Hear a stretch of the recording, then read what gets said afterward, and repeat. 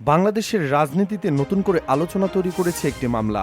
বিএনপির শীর্ষ নেতা মির্জা আব্বাসকে নিয়ে মানহানিকর মন্তব্য এবং ভয়ভীতি দেখানোর অভিযোগ উঠেছে জাতীয় নাগরিক পার্টি বা ন্যাশনাল সিটিজেন পার্টির মুখ্য সমন্বয়ক নাসিরুদ্দিন পাটোয়ারির বিরুদ্ধে।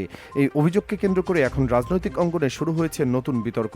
প্রশ্ন উঠছে, আসলে কি ঘটেছে এবং এ মামলার পরবর্তী আইনি প্রক্রিয়া কি হতে পারে।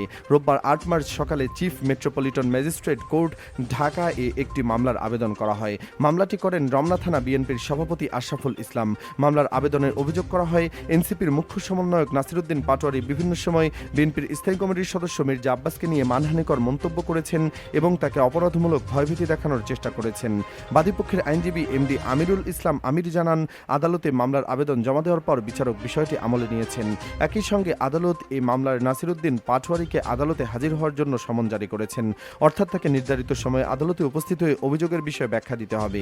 মামলার আবেদনে আরও উল্লেখ করা হয়েছে, ত্রয়োদশ জাতীয় সংসদ নির্বাচনে ঢাকা ৮ আসনে মির্জা আব্বাস এবং নাসিরুদ্দিন পাটোয়ারি প্রতিদ্বন্দ্বিতা করেছিলেন। সেই নির্বাচনে মির্জা আব্বাস বিজয়ী হন। তবে নির্বাচনের সময় থেকে পাটোয়ারি বিভিন্ন সময় মিথ্যা ও মানহানিকর বক্তব্য দিয়েছেন বলে অভিযোগ করা হয়েছে। অভিযোগে আরও বলা হয়, নির্বাচনের পর সামাজিক যোগাযোগ মাধ্যম এবং বিভিন্ন অনলাইন সংবাদ মাধ্যমে মির্জা আব্বাসকে নিয়ে একাধিক মন্তব্য করেন নাসিরুদ্দিন পাটোয়ারি। বিশেষ করে গত ৫ মার্চ ফেসবুকে দেওয়া কিছু বক্তব্য পরবর্তীতে বিভিন্ন অনলাইন প্ল্যাটফর্মে ছড়িয়ে পড়ে এবং তা দ্রুত ভাইরাল হয়ে যায়। বাদীপক্ষের দাবি, এসব বক্তব্য মির্জা আব্বাসের ব্যক্তিগত সম্মান ও রাজনৈতিক সুনামের ক্ষতি করেছে। এ বিষয়ে আপনার কি মতামত? রাজনীতিতে সামাজিক যোগাযোগ মাধ্যমের ভাষা কতটা দায়িত্বশীল হওয়া উচিত বলে আপনি মনে করেন?